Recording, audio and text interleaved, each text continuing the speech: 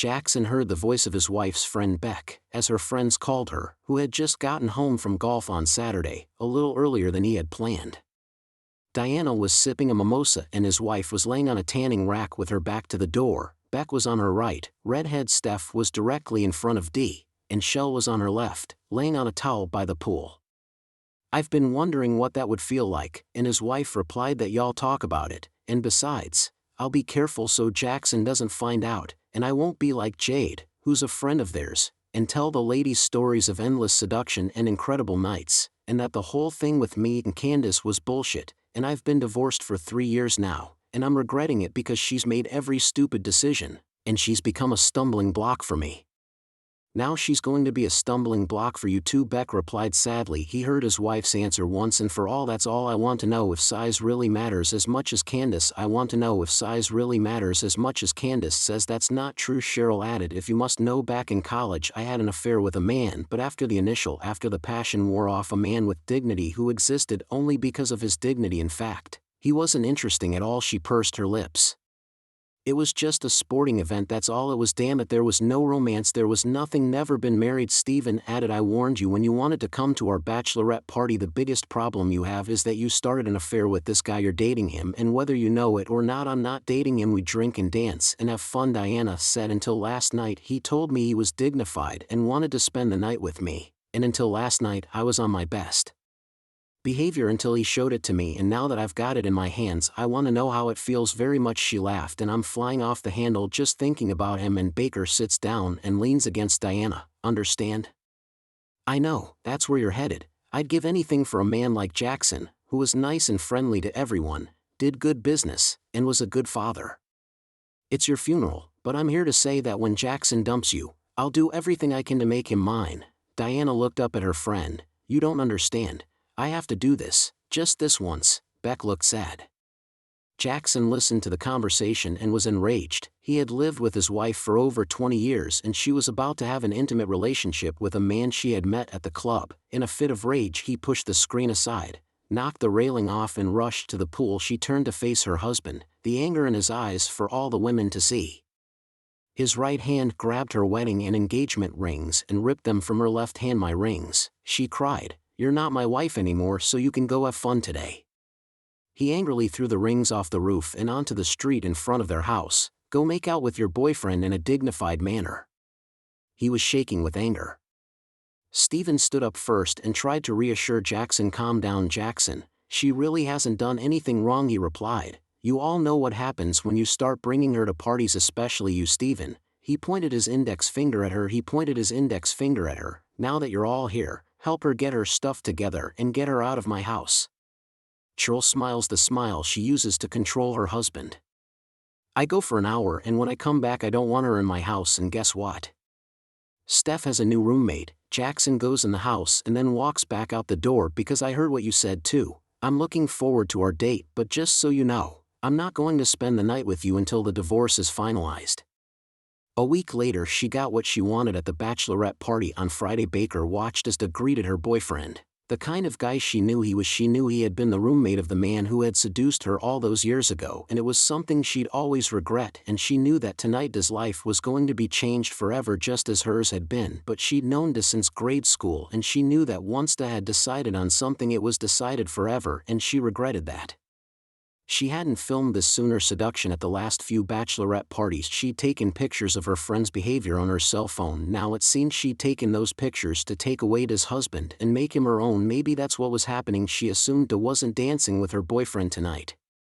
Then she greeted the man and they turned and left the club. In a small apartment, Dee felt the butterflies in her stomach. For 21 years dance. This was the first man she had met other than Jackson. He asked her to take off my dress. As she reached for his pants, her companion noticed that her wedding ring was missing. She put it on. Her companion noticed her wedding ring was missing. Put on the ring. I want to see them in your hand when you touch me, Dee replied. I can't. Jackson took them when he kicked me out of the house last weekend. Why would he do that? So he took my rings and kicked me out. She saw that this man had suddenly lost interest in her. Maybe Beck was right. He only wanted one night with her because she was married, and this man was driven by his fetish. She wasn't interested in him. He needed a cheating wife. If I could get her easily, who couldn't hurt her? He thought, tonight is the night. I'll give you what you want. You want him. I know, but after we make out, you have to leave and I'm not your boyfriend. I'm not your boyfriend either. I'm seducing married women because I don't need affection. He grinned, took off his pants and threw them on the couch. She knew what she wanted. Dean knelt in front of him. After a few minutes, he pushed her away and led her to his bed. She began to undress as quickly as possible, and now she stood in front of him. With no clothes on, he pushed her backwards onto the still unmade bed. I know you like it. He smiled at her and walked into the bathroom and closed the door. As she drove back to Estes' apartment, she noticed that it had only been an hour since she had left the club with him. Jackson would be in his arms, in the afterglow of dawn, and she could go back to the club and meet the girls, and she'd feel sad and alone, and tears were streaming down her cheeks, and he knew he'd be picked up at work on Monday, but he hadn't been vindictive in offering to make amends, and they'd been together for more than 20 years. And she'd been a good wife and a mother to their son until she decided that she deserved slumber party time. Ever since he installed the pool, she had slumber party time every week. The girls would lay by the pool every weekend and sober up. He didn't mind too much, but sometimes he got tired of them being there every weekend while Diana was enjoying a new experience. Jackson drove 2 hours to the college campus to have dinner with their son. He wanted to tell his son about the divorce like a fatherly man. The next day, Saturday, after lunch, Jackson came home with his son. He hoped the visit wouldn't affect the boys' grades for the semester. Stephen asked Diana after dinner about her night with her lover. Was everything what you thought it would be? Diana said she was disappointed after listening to Candace's raunchy, after hearing Candace's lascivious stories and Stephen's exciting stories. They lay on the couch. He was a good kisser and Diana responded to his touch. Diana said no, but he ignored her. She was quickly disappointed. Could this be her future? The warm water felt good, and as she lathered up, a cool breeze told her that someone was in the shower with her. He grabbed her breasts from behind. Hey baby, I like to make out in the shower. Do you like that in the shower? She grabbed the soap dish with her left hand and smashed it in his head. The soap dish shattered into dozens of tiny pieces. He was stunned and fell to the floor of the shower. Diana climbed on top of him and stood on the toilet seat screaming for Stephen. Jackson was fast asleep on the couch. He had been sleeping on the couch ever since he had kicked Diana out of his house. He could have slept in their bed, but he couldn't forget that she might be in their bed. There were other lovers. He hesitantly walked towards the door. If he had looked at the urine, he wouldn't have opened the door. And when he did, there was Candace, the queen of debauchery, standing outside the door. But Jackson always thought she was a beautiful apple on the outside, rotten on the inside. She stood there in her little black dress and Jackson frowned. What do you want? I thought you might need some intimacy. I'd be happy to help. Her fingers traced his face gently, across his chest and down. It's great, Jax. This is going to be more wonderful than I've ever had in my life, Jackson said, removing her hand. Go home. This isn't going to happen. She had a look of displeasure on her face. Come on, I heard you guys aren't together anymore. This is going to be fun. Jackson pushed her back through the door. Jackson pushed her back out and closed the door in Candace's face. She smiled to herself as she walked back to the car. She loved it when men played hard to get on Sunday mornings. Jackson did something he hadn't done in 20 years. He cleaned himself up and went to church. He got to the church a few minutes before the service started, picked a seat a few rows back and sat in the center row so the others wouldn't have to climb over him to get a seat. Jackson was touched and often felt that he didn't do enough for others. He was successful, but never had the drive to help others. She jumped up and yelled at him, "Where have you been?" I called. "I came looking for you. My keys are broken and the garage code is not working," to which he calmly replied, "If you really want to know, I went to church. I'm sure there are men in the church you could spend the night with." She followed him into the house, and as soon as he opened the door she began to say she wanted to go home. She couldn't live with Stephen, her lifestyle was of no benefit, and I'm letting you out of the vows you're about to break, if you haven't already. And by the way, what's that intimacy you had to have a while ago? You know how I feel. Does thoughts go back to last year when she told him she wanted to go to a bachelorette party with her friends, and he flat out said it would cause her to betray their marriage. He was right. He told her that it was wrong for a married lady to act like she was single. It would only lead to trouble, and trouble could hurt his business. His clients might find out that she was his wife and take their business elsewhere because of her bad behavior. Dee wanted to hug him, but he stopped her. "Tomorrow I will have my new assistant, Tracy, make a list of safe apartments you can afford, and I'll have her send them to your work email and you can pick out bedroom furniture and anything else you want from there. I make a lot of money, but you want a job, you save your allowance. But you spend it as soon as you get your paycheck. You can't go on like this after the divorce. You'll have to balance your budget. Besides, there are a lot of families who live on less than you make on the day of the wedding. You'll be served at work unless you want to come to the ABS office to be served on Tuesday. D. On the day of the wedding, D. Quiet to be served with the papers at work. Though she hoped Jackson wouldn't divorce her, she lived with him for over 20 years and always got her way. She's not the same Jackson who decided he didn't love her. Wednesday night at Cheryl's house, the booze flowed freely. The girls gathered to cheer on Du. Cheryl and Du were too drunk to eat. I don't understand what kind of party this is. They continued to drink and their tongues were loosened as Candace announced that she was going to seduce Jackson. Does she really think her mom's body compares? Candace admits that she tried to seduce Jackson, but he rejected her. Diana begins to realize what she has done and begins to drink more. Jackson opens the front door to reveal Little Beak and her kids. She has a casserole dish in her hand and they eat on the patio. After the meal, Little Beak talks to Jackson about how he feels about everything that has happened since he told her to let her kids play basketball in the basket in the backyard. I'm sure you know that the others are with her right now. To help deal with the shock of today's, I want to be with you and thank you for your friendship. She didn't stay long. The kids had school the next day, but before she left she kissed Jackson tenderly on the lips. He smiled as their lips parted in a tantalizing kiss that lasted just the right amount of time. Jackson woke up at 1:30 to 2 a.m. It was a drunken phone call from Diane. She was crying and scolding him. How could you do that to me? Do this to me? Doesn't he love her enough for him? That means it's Diana who doesn't love him enough to go to a nightclub while she's there and do God knows what. She didn't apologize for yesterday's phone call. He asked her why she didn't call Tracy back about the apartment she got for Diana. She ignored it and wanted to go home. No, I know you spent the night with another man, so our marriage is over. You can't even wait to serve the food and go have fun. I hope you've gotten everything you hoped for. A week is a week. You can wait to try another man. He held up his hand. Hey, give me a second to end the call, exhaled, and continued, Diana, you wanted another man, and I'm giving you the life of a single, divorced woman, which is clearly what you want. So if you don't see Tracy tomorrow, I'm going to help you out with the apartment myself. I'll pay the first 2 months' rent and that's where I'm going. Stephanie, enough of listening to Diana. You have to give it up. The little punk didn't take your man. You don't want to hear it, but you're the one that wanted to try that man. You got him. What did Jackson get? He realized he didn't have what his wife of over 20 years wanted. Sorry sis, but no man is going to want that. The Jackson I know wouldn't take you back. Diana didn't even want to hear it. But you didn't stop me. Stephanie looked at her strangely. Why is it that when you want something you just go and get it? You've always been like that. Besides, I'm a man and I know that you screwed up and you want Jackson to pretend like nothing happened. You should be happy he doesn't know about the other things you've done. Change into something nice to cheer you up. 2 weeks passed and Diana had a couple of new disappointing lovers. Monday night after work, Bert and Shell took Diana to see the apartment Jackson had rented for her. Bert, being the good husband that he was, moved her clothes into the apartment as Shell had asked him to do. He hung up the clothes that needed to be hung up and opened the plastic bins that held the folded clothes. She'd never tell Diana she knew that the Little Beak had been having lunch with Jackson a couple of times a week. Lunch a couple times. Little Beak answered the phone. It was Cheryl. Hello sis, we'll meet at Dee's new apartment on Friday. Please do come. I haven't seen you in weeks. She said the kid's father hadn't come to pick them up in the last couple of months. He was out of town for work, so I hadn't had a chance to go out and play. She knew he wouldn't cross the line to spend the night with her. I'm going to go and see if I can find someone to stay with them on Friday. They're teeny weenies. They might be left alone, not for long of course, but one day I might need to get my deposit back.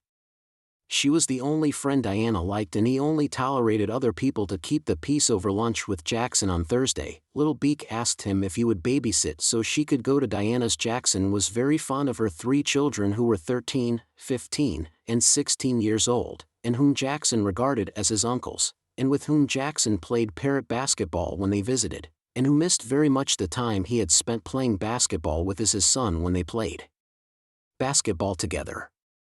She paused and took a deep breath before she knocked on the door and came in. She heard the knocking through the door, and through the doorway she saw Cheryl and Stiff holding up their glasses. But before she could walk through the doorway, Candace pushed past her and stepped into the room. Hey, Candace called out. She was already pinned down. She heard the toilet flush and Dee stepped into the room.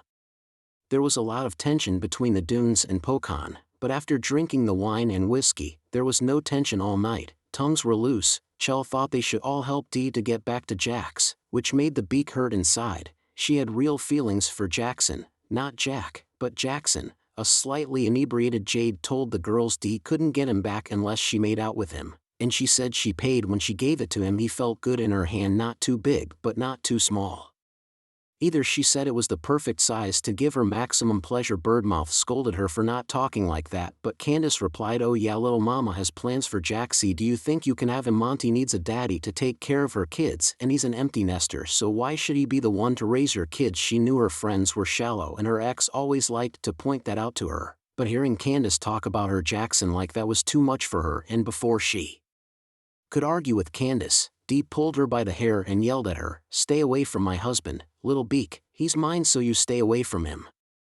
"But he's not yours anymore. You dumped him for another man. He's not worth it. Remember, I know how many men you pleasured at your bachelorette party, and Steph said that since you moved in with her you've tried a lot of men, and you thought that you could have a boyfriend anytime you wanted to," because Bert knew that his wife was taller than he was, which may have been true, but it's not right to cheat on your wife, and I learned that the hard way. And you don't have any kids, because you don't want them on, but it's an honor, and you never know. Steph is so shallow she'll never get married. No man needs a woman like you, she went on. I wasn't chasing Jackson, I was trying to give him the space that he needs, but now that the cards are open I'll be coming for your husband, and just so you know, when he's my husband he won't be thinking about the two of you anymore.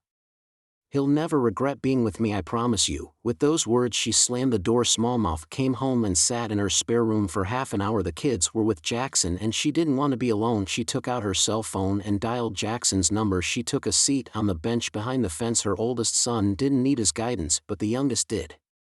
She shook her head, but the boys insisted she put on her helmet. She stood, bat over her shoulder, swinging and hitting, but missing every ball. Jackson slid behind her and took the bat off her shoulder. Jackson smiled as he followed Babe's car to her apartment. She told Jackson he didn't have to follow them home, but Jackson just smiled. On the drive home he received a message from Bert. The girls seemed to have left his apartment to go to the club. They were stopped on the way and they ended up in the sobering up station. He tells Bert it's all up to him, but he thought they needed a lesson so he didn't pull them out.